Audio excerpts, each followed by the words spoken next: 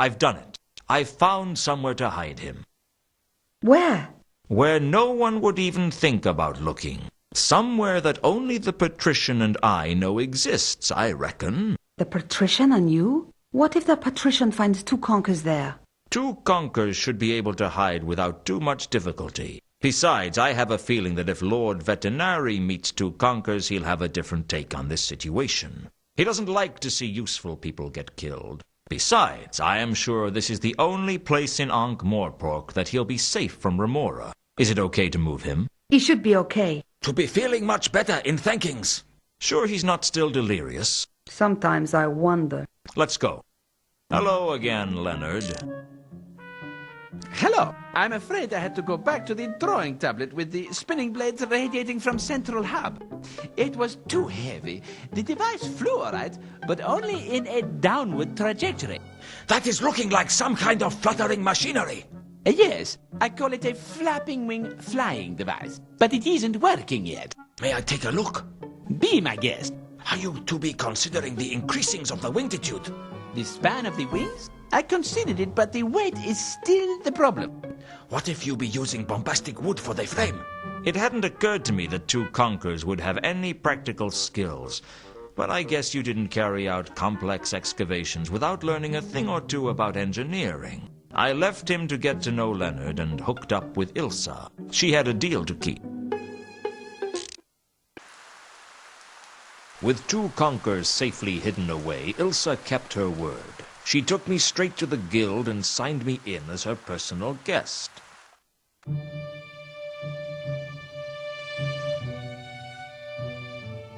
The fireplace was home to a roaring fire, providing light and warmth. There was something distracting about it, but I couldn't work out what. You mustn't touch that. There were some curious scrape marks around the fireplace that caught my attention. Don't touch that.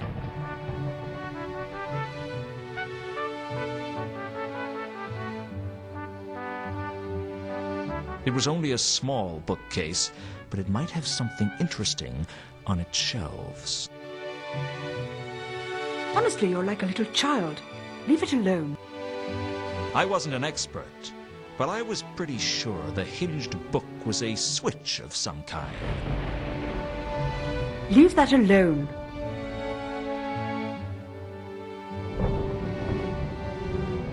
Laredo Kronk, the upwardly nubile Tomb Evacuator, and the focus of the fantasies of 1,000 post-pubescent adolescents. I had to admit there was something about her. Excuse me, can you help me? That depends on what you want. I'm new here. I'm just trying to get a feel for the place. Are you a member? Not yet. What's your name? Lewton. Laredo Kronk. Pleased to meet you, I'm sure. The pleasure is all mine. Of course it is. So you're a guest, are you? Is that a bad thing? Only in so much as 8 out of 10 guests who confessed a preference stole something before disappearing. I'm not going to steal anything, trust me. No, I think you're wrong. You are going to steal something, but don't worry about it.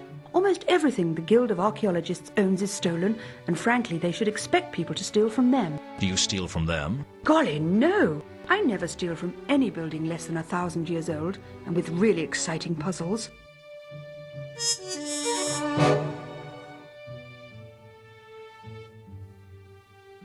So, what do you do for a living? I'm a tomb evacuator. And what does that involve?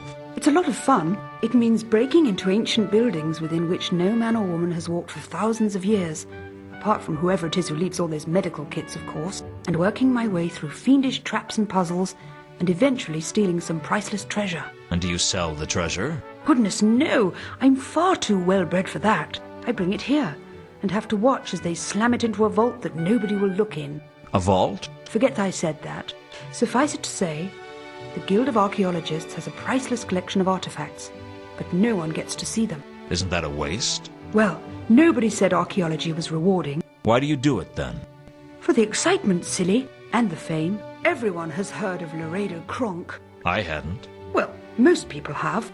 I was on the front cover of Archaeologists Monthly twice last year, I don't read it. Those long words can be so tiresome, can't they? So, what does a Tomb Evacuator do? Nothing special. I break into places where priceless antiquities have been locked away for centuries, overcome the elaborate and convoluted security systems, defeat my rivals, and make away with the treasure. Typical day's work, really. So, you must be pretty rich then. Oh, I've got absolutely pots of money. Anyway, the whole thing with the tombs and so on is just a hobby. And of course, it's great for making friends. What? Among fiendish tomb-guarding monsters? No, I kill all those. I meant people are always asking me things like, how do you get to the third ledge in the tomb of Tex-Mex cuisine? What's a walkthrough? Never heard of it. People are always asking me for one. I hope it's nothing to do with sex. My mind just boggled. Sorry. Broken into anywhere interesting, have you? Well, I knocked over the Grand Temple of Offler several times. Such sillies. Every time they get the Tear of Offler back, I take it. It's getting a bit boring recently. Then there's the Catacombs of Genua and the Temple of Anu Anu at Al-Khali. I don't know, it's all a little routine. I'd like to do something new for a change. Ever thought about retiring? I'd love to, but the public seem to want me. You mentioned vaults. I told you to forget I mentioned that. I take it all the treasure that people find is kept in vaults under the Guild. I shouldn't discuss that with you since you're only a guest. Worried I'm going to steal something? Worried? No. I'm certain you're going to steal something. I just don't care. Why not? I'm very philosophical about this sort of thing. It's like I said, everything in the Guild is stolen. It seems only fitting that someone else should get to steal it back. Assuming they can overcome the traps, of course.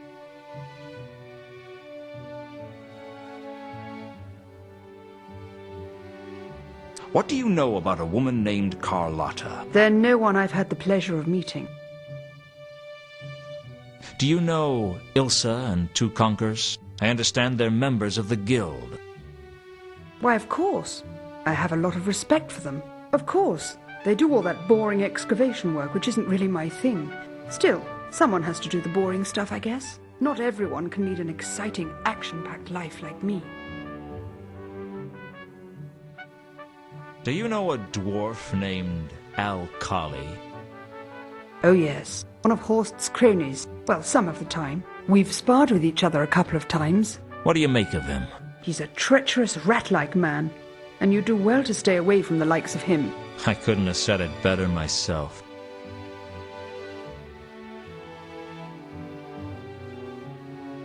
Do you know a troll by the name of Horst? Jasper Horst. Yes, I know him. Horst and I go way back, and I don't mean that in a good way. How do you know Horst? You could say that he and I are rivals. We have this uncanny habit of turning up in the same place at the same time, looking for the same archaic treasure. You sound bitter. Well, I always win, of course. But that doesn't mean I don't resent his interference. Must keep your life interesting, though. Perhaps. I could stand a little less excitement in my life, though.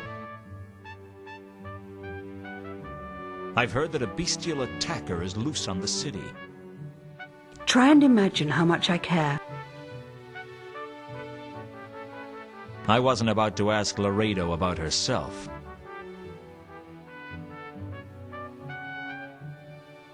What do you know about the counterweight killings? Sorry, I'm not interested in politics.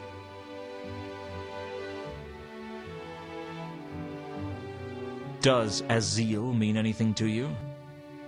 The mad Ascari of the Great Neph. Ah, yes. I think I raided his tomb a couple of years ago. Didn't get much, frankly, but what I have is down in the vaults. The vaults? Damn.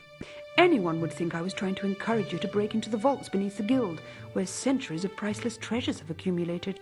It's all protected by a hideously complex and brutal security system, isn't it? Hey, you're pretty sharp for a guest. Yes, I designed it myself. You'll like the sawtoothed doors.